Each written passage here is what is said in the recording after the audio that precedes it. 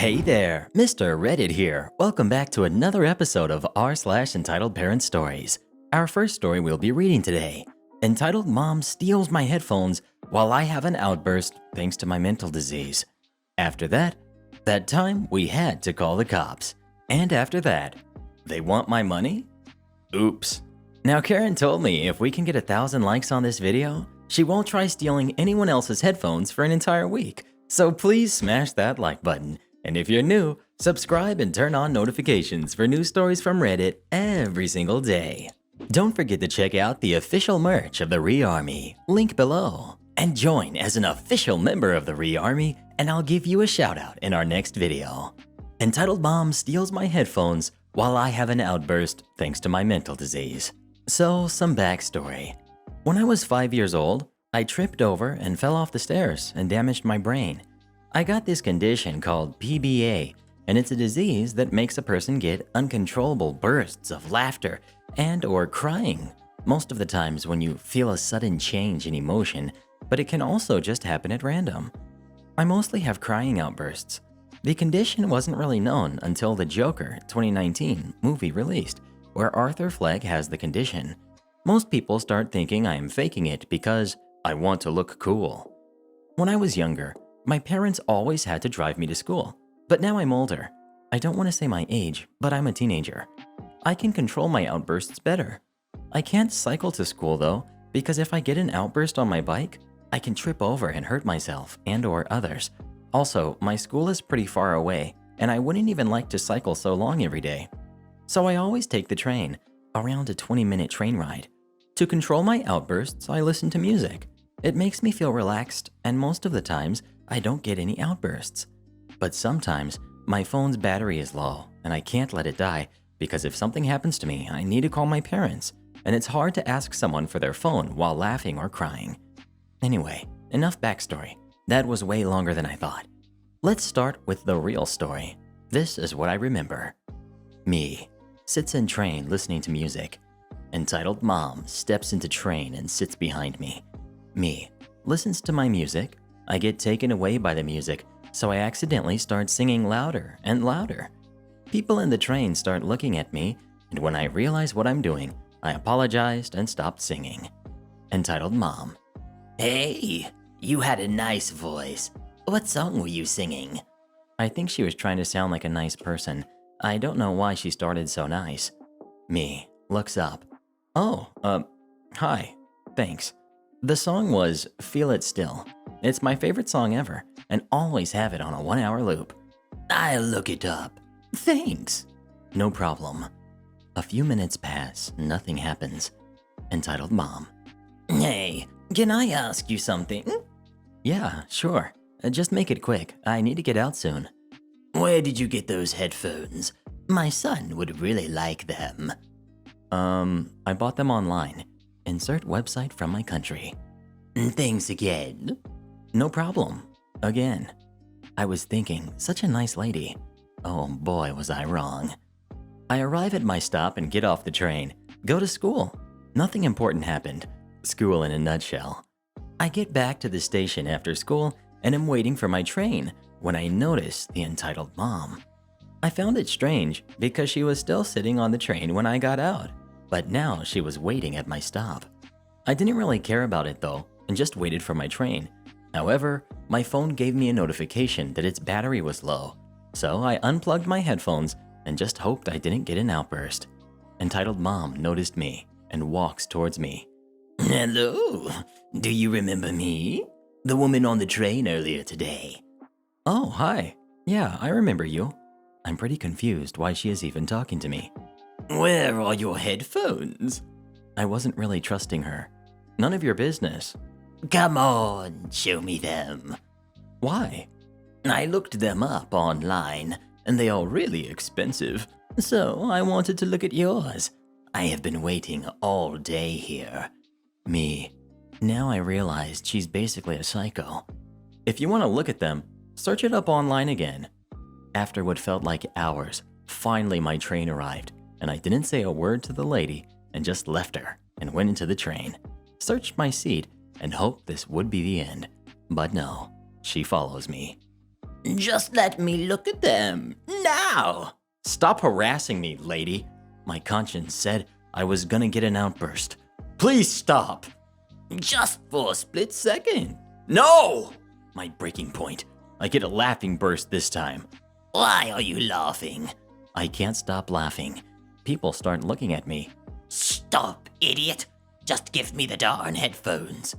I actually can't stop, and I feel like I'm choking. It's something that happens often. I get the feeling I can't breathe because of the sudden outburst. Leave me, please! I start crying now. Some people walked to another cabin, which really made me angry, honestly, but also understandable, as they didn't know about my condition and probably thought I was crazy, like everyone else. Are they in your bag? Answer me right now. I have a mental disease. Please. Crying continues. Then the entitled mom grabs my bag and opens it. My books were lying all over the place. My laptop screen got cracked, and my calculator broke after being launched against the wall. She finally finds my headphones. I press the alarm button for security to come. An officer rushes inside the cabin. He saw me crying, and a woman with headphones in her hands and books all over the floor. I think he realized what happened. Officer. What has happened here? Me. Can't stop because I keep crying. Entitled mom. This boy stole my bag. Luckily, I could hold on to my headphones. Me. All I could do was shake no with my head. Officer. I don't believe that stuff is yours, ma'am. It's all school books. Me. I grabbed one of my books and threw them at the police agent. It said my name on the cover, a male name, and the officer instantly understood. He was looking confused, though, why I kept crying. Entitled mom tried to make a run for it. Officer tackles her, cuffs her around one of the poles in the train, making her unable to leave. You can stop crying, young man. Can you tell me what happened? Me. Still couldn't speak and started laughing again. Are you okay? Me. I made with my hands a sign that the officer should wait a bit, like this emoji, and grabbed my phone, called my dad, and he heard me laughing. I gave the officer my phone, and my dad explained it to him. Officer. I see. Well, kid, your dad is on his way to the next station. Why don't you just sit in the next cabin and try to calm down? Entitled mom was screaming the whole time and calling me and the officer bad names. Minutes pass. I managed to calm down by just using my last 4% battery on my phone to listen to my song, knowing my dad was just waiting at the next stop. We finally arrive, and my dad decided to press charges against the woman. Anyway, my dad told me she got taken away for stealing, lying to higher authorities, and harassment. I honestly didn't know why I wanted to share this. I get outbursts for just thinking about this. Also, the reason this costs me like 45 minutes to type. I guess I did it to let people think more about PBA or just any other mental disease. Thank you for reading this whole thing.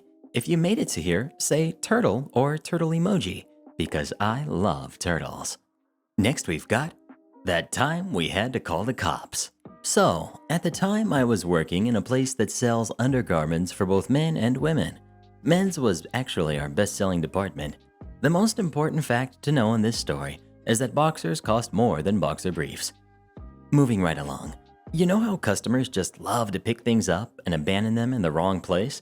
Well, this time that ended up with a butterfly effect in which we needed to call the police and get security escorts to our cars at the end of the night due to an absolutely psychotic man not getting his way. We had both a wall lined with products for men as well as a couple bins in the men's section for excess stock for customers to take what they needed. One of these bins contained briefs. I'm sure you all know where this is going.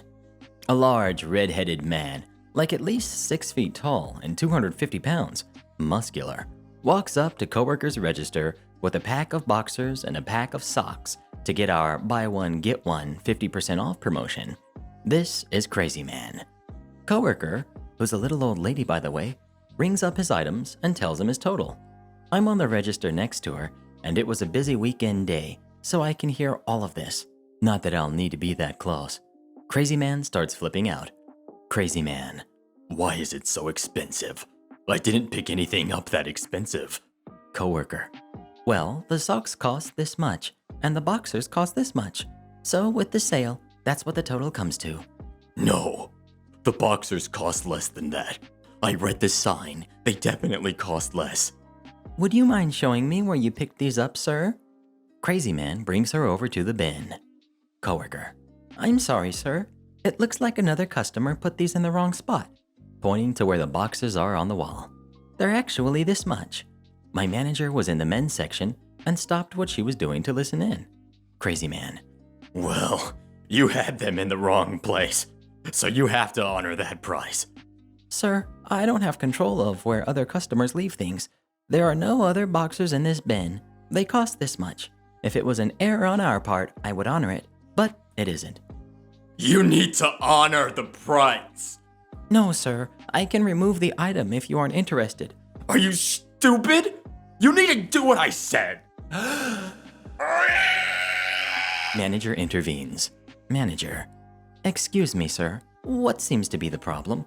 I found boxers here in this bin, and your employee won't honor the price. I'm sorry, sir, but it looks like a customer put them there. We cannot give you the boxers for the price of the briefs. I have never been in a store that treats customers like this. You need to give me them at that price because that's where I found them. Sir, I do not have the authority to change the prices. At this point, literally the entire store has stopped and is staring at a distance at this enraged linebacker of a man screaming. Yes, you do. You can change the price. Do it now. I can't do that, sir. How to punch you in your smart mouth. Sir, I'm going to have to ask you to leave. No! You're gonna give me my boxers. He has his finger in her face. At the lower price, not your rip-off price. At this point, I left to call security, and apparently a couple of people had called police after the man threatened my manager. He's still screaming, but I can't tell what he's saying. The police department is only a few minutes down the street from the store, so by the time I was finished with security, the police were in the store and escorting the man who was still raging out. Security arrives maybe 5 minutes later and ended up escorting me and my manager to our cars after closing later, as people reported that he was threatening us all. In case you were wondering, this was all over $2.50. Next we've got, They Want My Money? Oops. Backstory. In WW2, my Uncle Haj was an engineer with the RAF. He rapidly climbed the ranks and ended up being the head engineer at a local base. After the war, he met his wife of 45 years, Eve. It was the typical post-war relationship, without children though due to complications. He quickly found a job at our village coal mine, known locally as The Pit. He went from engineer to foreman very quickly. The man had a knack for leadership, that's for sure. He and Eve, some of his RAF buddies, and his sister, my grandmother, often went to Spain for holidays, at least once a year before they all retired. After that, whenever they felt like it. The family. The unfortunate truth is that family isn't always nice. My grandmother was his only surviving direct family. Eve, on the other hand, had a large family. Very large. The trouble with large families is that often there's a few bad eggs. In this case, it was quicker to count the good ones. As Hodge would put it, the trouble with eggs is you can only tell the good ones by spinning them quick or dunking them in water. I don't fancy going to prison. More often than not, Eve's family would drop by and ask to borrow money. Not from Eve, she had none. Hodge had always been industrious, saving as much as he could and only really spending what he had to, other than the holidays, of course. The incident. When I hit 18, he took me for my first beer. As my dad worked nights and had to sleep, he didn't drink, which was uncommon for him, as he was a regular at the working men's club we were in. Me. Haj, how come you're not drinking? I can't in good conscience test your money without your getting a sniff. Haj. Well, I suppose one can't hurt. Don't tell Nip. His name for my grandmother, Sheila. But I've just been diagnosed with diabetes type 2. Don't want to take any chances. Me. I'll keep your secret, but you need to tell her, just on the off chance. Haj. I'll tell her in good time, kiddo. Now get it down you before it goes flat. Neither of us took much notice to the people around us, so we didn't notice Eve's nephew in the corner. 5 years pass. I've seen him a few times, less than I'd like, because of work and him going overseas. The build-up. I visited my grandparents one day to find my grandmother sobbing, with Haj sat on the sofa. Haj, put the kettle on, kid. I need to tell you something. I made a coffee for Gran and Granddad, hot chocolate for me, and green tea for Haj. Haj, now listen up. I've not got long on this wretched planet, but you're not going to cry over me. I've been diagnosed with late-stage cancer and couldn't be happier to be leaving. To Gran, sorry, Nip. I know you don't want to hear this, but it has to be said. You and yours will be looked after, of course, but you're not to tell Eve and her family. To everyone, I've made up a new will. I want everyone to go to the reading. I've prepared a little gift for the family. Shortly after this chat, we found out he passed away. We kept it from my grandmother that he had taken his own life and destroy her. Let it be said that Haj was always a man independent of others. He made his choice, so Gran wouldn't suffer seeing him deteriorate over time. The revenge. We went to the reading as a family like he asked. It's the only thing he ever asked of us. We had seen people we never met, never even heard of, so of course, there were some sullen scowls across the table. Lawyer. Now that we're all here, please watch this video. Haj has a message for you all. Haj from beyond. Now then, I imagine this will be a shock to most of you, but I had cancer. If you're watching this, I want you to know that some of you made my last few years pleasant.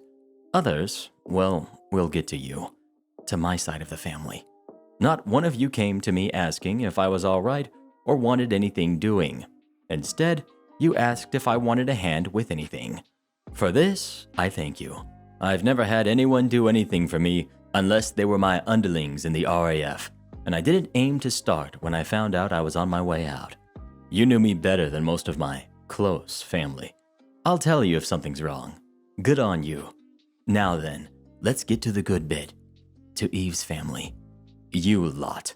Where do I begin? When I took our Nip's grandson out for his first pint, apparently the walls have ears, and one of you overheard me tell him I had diabetes. Shame you had to say. It's a shame it wasn't cancer. Guess you got your wish, eh? The rest of you. Whenever you visited me, you asked more often than not if you could borrow money. It's fine. I didn't mind lending it to you, but I did expect to get it back. So, here's how this is going to work. I've split my money and put it in trust with my oldest friend, the lawyer. Nobody is getting a thing till Eve pops her clogs, so don't bother asking. Eve can stay in the house I worked my butt off for until she either dies or has to go into care for any reason. The house is not to be sold until after she dies. Lazy as she is, she's still my wife. Once she dies, the house is to be sold at a reasonable price to the next owners, and the money from that is to be added to the total of my finances and split with the family. Eve is on her own, and she can do with it what she wants, other than add it to my total. Lawyer has been left instructions on this.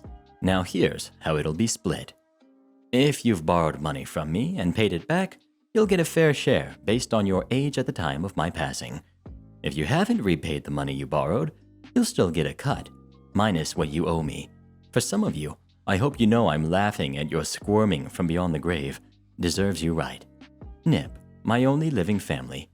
You'll get the lion's share of whatever is there, to be done with what you will. If you're not wanting to keep it, lawyer has been paid for any services you may require.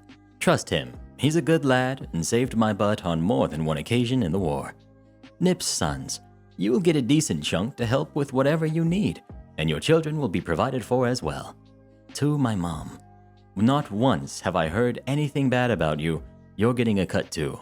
Like it or lump it. OP, you've been a great help the last couple of weeks. I called you unfairly at 3 a.m. to help me out of the bath after finally giving up getting myself out. Sorry you had to see that. You didn't have to help the next day with the decorating either. If you weren't already on your career path, you'd make a fine tradesman. You will receive a cut to be determined by the near future's events. Use it how you will. To the rest of you, I'm utterly disgusted to have known you. I mentioned earlier that Eve can live in the house till she passes or is put into residential care. If either of these happens, nobody is to live in the house. I don't want anyone I don't trust in there. Now quit your crying and go about your lives. Haj. As you can imagine, people kicked up a stink about this. We nodded to the lawyer and left.